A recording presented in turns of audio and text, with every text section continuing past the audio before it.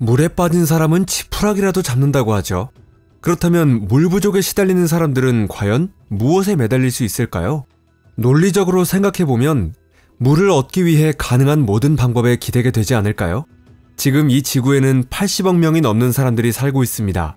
그중 20억 명 이상, 즉 전 세계 인구의 4분의 1이 마실 수 있는 민물 부족으로 어려움을 겪고 있죠. 그리고 이 물 부족 문제는 해마다 점점 더 심각해지고 있습니다. 이런 상황을 악화시키는 주된 요인은 인구 증가와 지구온난화라는 두 가지입니다. 여러분 안녕하세요. 오스트레일리아는 최근 들어 물 부족 문제가 특히 심각하게 대두되고 있는 나라 중 하나인데요. 당연히 오스트레일리아 국민들은 이 위기를 벗어나기 위해서라면 어떤 가능성이라도 철저히 따져볼 각오가 되어 있습니다. 그래서 언뜻 보면 황당하게 들릴 수 있는 수많은 아이디어와 프로젝트들도 진지하게 논의되고 있죠. 여기는 토픽입니다. 그럼 지금부터 시작해볼까요?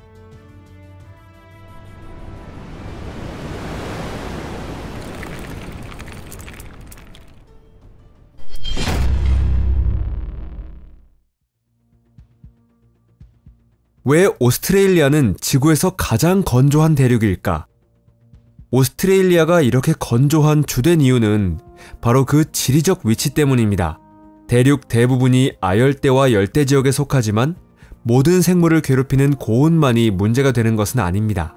오스트레일리아를 무엇보다도 건조하게 만드는 것은 동쪽에서 서쪽으로 불어오는 무역풍인데요. 이 바람은 습기를 대륙으로 가져오지 못하고 바다 위에 머물게 만듭니다. 게다가 아주 소량의 습기가 오스트레일리아 동해안에 도달하더라도 그레이트 디바이딩 산맥에 막혀 내륙으로는 들어올 수 없습니다. 이 산맥은 높이가 2200m에 달하며 폭은 지역마다 다르지만 150에서 400km, 전체 길이는 약 3500km에 이르며 동해안을 따라 뻗어 있습니다. 이러한 자연의 장벽이 원래도 적었던 대기 중 수분을 가로채버리는 것입니다. 대륙 중앙부에는 강수량을 늘릴 수 있는 대규모 산악지대가 존재하지 않습니다. 게다가 남쪽에서 다가와 오스트레일리아 근처를 흐르는 한류가 공기를 냉각시키기 때문에 대기가 보유할 수 있는 수분 양이 줄어들게 되죠. 그 결과 오스트레일리아 대부분 지역이 깨끗한 물 부족 문제에 시달리게 되며 국토의 약 40%가 사막이나 반사막으로 덮여 있습니다. 여기에 더해 지구온난화의 영향으로 이미 거의 절망적이라 할 수 있는 상황이 계속 악화되면서 사막 면적은 점점 더 확장되고 있습니다. 그리고 심각해지는 가뭄은 도시뿐 아니라 농장에도 큰 영향을 미치고 있습니다. 물 부족이 심화되면서 도시에서는 1인당 하루 물 사용량이 100에서 150리터로 제한되고 낮 동안 식물에 물을 주거나 호스를 이용한 세차도 금지되고 있죠. 농업 종사자들은 밭을 축소하거나 방목지가 부족해 가축을 처분하기도 합니다. 또한 진화할 수 없는 규모의 산불이 빈번하게 발생하고 있다는 사실은 말할 필요도 없겠죠. 문제 해결을 위한 과거의 시도. 오스트레일리아의 식수 문제는 유럽인들이 이 땅을 식민지로 삼았을 때부터 시작되었기 때문에 물 부족을 해결하려는 초기 프로젝트들은 수백 년 전부터 구상되었다고 할 수 있습니다. 그 초기 프로젝트 가운데 가장 유명한 것 중에는 브래드필드 계획, 클라렌스 강 계획, 그리고 오드강 계획이라는 세 가지가 있었는데 모두 내륙에 인공 바다를 만들려는 목적을 가진 프로젝트였습니다. 다행히도 그러한 바다를 조성하기에 적합한 장소는 이미 자연이 마련해두고 있었습니다. 그것은 대륙 중앙부에 있는 염분이 많은 분지로 일부는 에어호수로 남아있지만 대부분은 완전히 말라있는 상태였죠. 이 분지를 물로 채우자는 발상은 19세기 말부터 꾸준히 제안되어 왔습니다. 그 중에서도 가장 유명하고 구체적인 계획은 1938년에 기술자 존 브래드필드가 제안한 것이었습니다. 그의 프로젝트는 브래드필드 스킴으로 역사에 이름을 남겼는데 그 핵심은 털리강, 허버트강, 바데킨강의 물길을 바꿔서 에어호수 유역으로 흘려보내는 것이었습니다.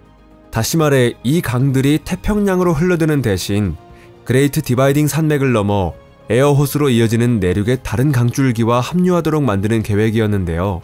이 프로젝트에서는 퀸즐랜드주의 건조한 내륙 지역까지 이어지는 약 800km 길이의 운하를 파내는 것이 포함되어 있었습니다. 이 계획의 규모는 그야말로 엄청나서 댐과 터널, 그리고 수력발전소 건설까지 포함되어 있었습니다. 하지만 계획 실현에 대한 기대는 그 규모보다도 훨씬 더 거대했습니다. 즉 면적이 1만 제곱킬로미터가 넘는 광대한 건조지역의 기후가 바뀔 것이라고 예상된 것이죠. 그러나 실제로는 일이 그렇게 간단하게 풀리지는 않았습니다. 왜 여기서 아랄해 이야기가 나오는 걸까? 여러분은 아랄해가 어디에 있는지 아시나요? 만약 모르신다면 사실 그 자체가 가장 큰 문제라고 할 수 있습니다. 이제 이 계획은 아랄해의 비극이라 불릴 따름이죠. 하지만 애초에 이 계획은 밝은 희망으로 가득 차 있었고 아랄해에서 끌어온 관계용 운하가 카라쿰 사막을 꽃밭으로 바꾸며 소련이 세계 최대의 면화 생산국이 될 것이라 기대를 모았습니다. 실제로 관계용 운하를 따라 사막이었던 곳에 면화밭이 들어섰습니다. 그러나 동시에 1960년부터 1990년까지 30년 동안 아랄해는 급격히 말라붙어 결국 소아랄해와 대아랄해라는 두 개의 수역으로 갈라지고 말았습니다. 2000년 무렵에는 아랄해의 면적이 불과 4분의 1로 줄어들었고 수량은 약 10%만 남았습니다. 게다가 2003년에는 대아랄해마저 서쪽과 동쪽 두 부분으로 갈라지고 말았습니다. 그리고 2009년에는 결국 동부 아랄해도 완전히 말라버렸습니다. 이 환경재앙의 결과 모든 물고기가 전멸했고 어업과 선박 운항도 사실상 끊겨버렸으며 지금은 북부 아랄해에서만 일부 제한적으로 이어지고 있을 뿐입니다. 지금 그곳에 바다가 존재했음을 알려주는 것은 사막의 모래에 반쯤 파묻힌 수십 척의 대형 어선뿐입니다. 작은 배들은 훨씬 이전에 이미 모래와 소금층 아래로 묻혀버렸습니다. 전문가들에 따르면 아랄해가 다시 회복될 가능성은 완전히 사라졌다고 하죠. 그러나 여기서 이해해야 할 점은 브래드필드가 자신의 계획을 제안했을 당시 아랄해에는 여전히 물고기들이 여유롭게 헤엄치고 있었고 부적절한 관계용 운하 건설로 인한 비극이 일어나기까지는 아직 수십 년이 남아있었다는 사실입니다.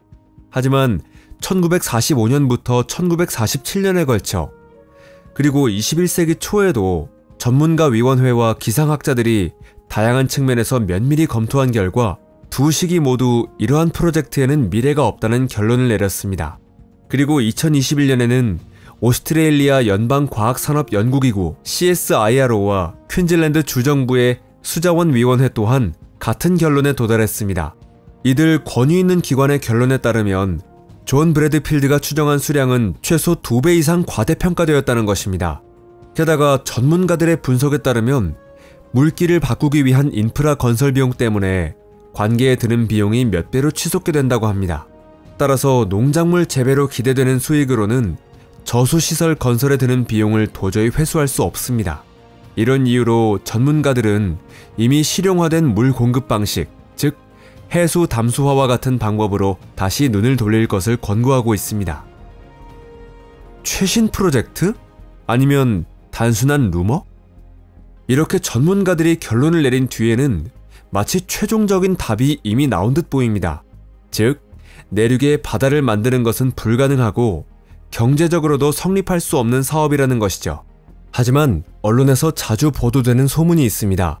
그 소문은 정부의 공문서 보관소 깊숙한 곳에 새로운 프로젝트의 존재를 뒷받침하는 공학적 도면이 숨겨져 있으며 그 내용은 오스트레일리아 내륙의 분지를 물로 채워 황량한 사막을 내륙의 바다로 바꾸려는 계획이라는 것입니다.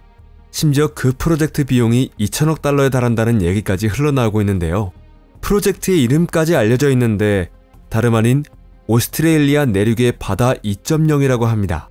현재 이 프로젝트를 지지하는 이들은 과학자들보다는 일반인들 가운데 열렬한 지지자들이 많지만 전혀 새로운 현대 기술을 활용하면 충분히 실현 가능하다고 주장하고 있습니다.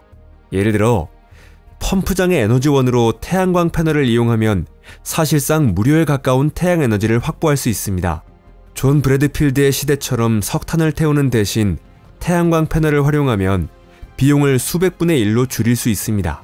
새로운 막 기술을 활용한 해수 담수화도 마찬가지입니다. 그러나 이 새로운 프로젝트가 과거의 것과 가장 다른 점은 장차 만들 내륙의 바다에 오스트레일리아에서 부족한 강의 담수를 쓰는 대신 인도양의 바닷물을 사실상 무제한으로 이용한다는 점이겠죠.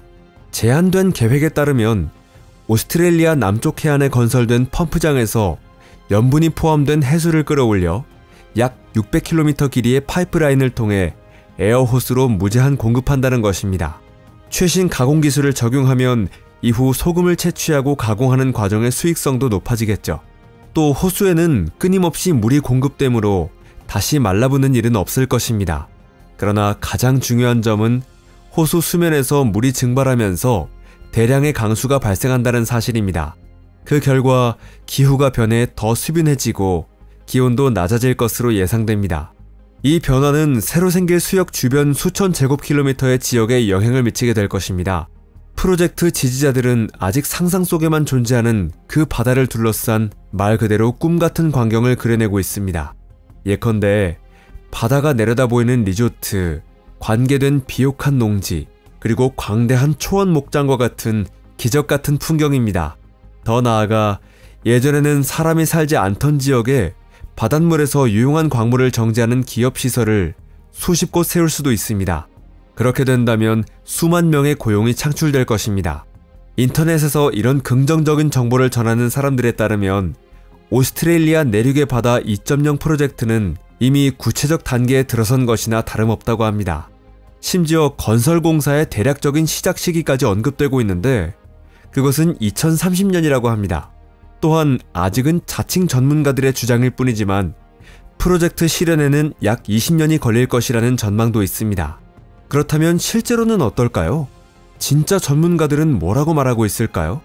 학계에서 잘 알려진 전문가인 알버트 반 다이크 교수는 매우 회의적인 태도를 보이며 오스트레일리아 내륙의 바다 2.0 같은 발상은 가뭄이 극심할 때 등장했다가 위기가 지나면 순식간에 사라지는 것일 뿐이라고 말합니다.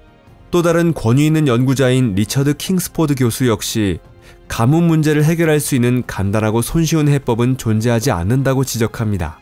여기서 짚고 넘어가야 할 점은 오스트레일리아 내륙의 바다를 만든다는 구상은 CSIRO나 대학, 그리고 전국 및 지역의 여러 위원회 같은 학술 정부기관에서 정기적으로 검토되고 있다는 사실입니다. 그러나 이 구상은 매번 결국 기각되어 왔습니다. 이런 부정적 평가의 주된 이유는 다음과 같은데요. 첫째, 수면에서 증발하는 물의 양이 지나치게 많아 엄청난 양의 보충수가 필요하다는 점. 둘째, 기후를 바꾸는 효과가 거의 없다는 점. 셋째, 환경 파괴 위험이 매우 높다는 점이죠. 다시 말해, 이 구상은 말 그대로 책상 위에서만 가능한 공상에 불과했던 것입니다. 게다가 이 구상에는 경제적 효율성이 전혀 없습니다. 아무리 열성적인 지지자들이 주장한다 해도 터널, 파이프라인, 펌프, 댐 건설 비용은 너무도 막대합니다. 설령 소금 가공에서 얻을 수익을 합친다 해도 농작물에서 나올 장래의 수익으로는 이러한 건설비를 감당할 수 없습니다. 한편 혁신적 기술을 활용한 새로운 프로젝트가 이미 가동을 시작했습니다. 그것은 남오스트레일리아 내륙에 이미 담수화된 물을 파이프라인으로 수송하는 계획인데, 이 물은 오스트레일리아 남부 해안에 이미 가동 중인 강력한 해수 담수화 플랜트에서 공급될 예정입니다. 물론 이 프로젝트의 규모는 존 브래드필드의 계획이나 오스트레일리아 내륙의 바다 2.0에 비하면 훨씬 작은 편인데요. 그럼에도 불구하고 오스트레일리아 사막의 내륙의 바다를 만든다는 발상은 상상력을 자극하며 무척 매혹적으로 들립니다. 안타깝게도 현재의 기술 수준으로는 이 구상은 실현 불가능합니다.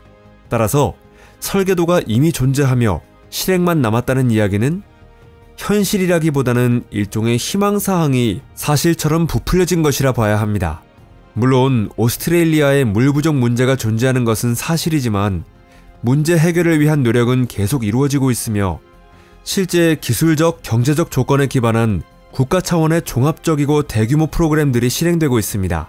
오늘 영상이 흥미로우셨다면 꼭 좋아요를 눌러주시고 SNS에서 공유해주시기 바랍니다. 여러분 시청해주셔서 감사합니다. 그럼 다음에 또 뵙겠습니다. 안녕히 계세요.